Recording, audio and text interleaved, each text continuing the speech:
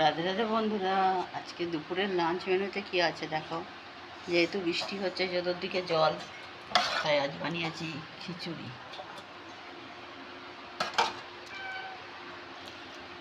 সব রকম ডাল দিয়ে, চাল দিয়ে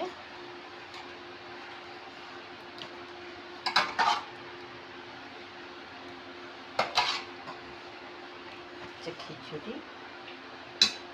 আর এখানে এক কচি লেবু দিলাম, এখানে ডিম আমলেট দিলাম, এটা হচ্ছে মাছ মোলা। আর এখানে দিলাম পটল ভাজা, এখানে দিলাম বেগুন ভাজা।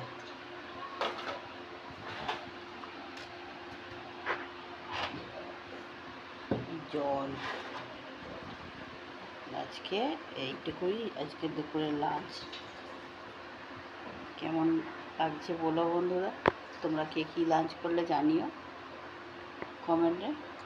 Bye bye.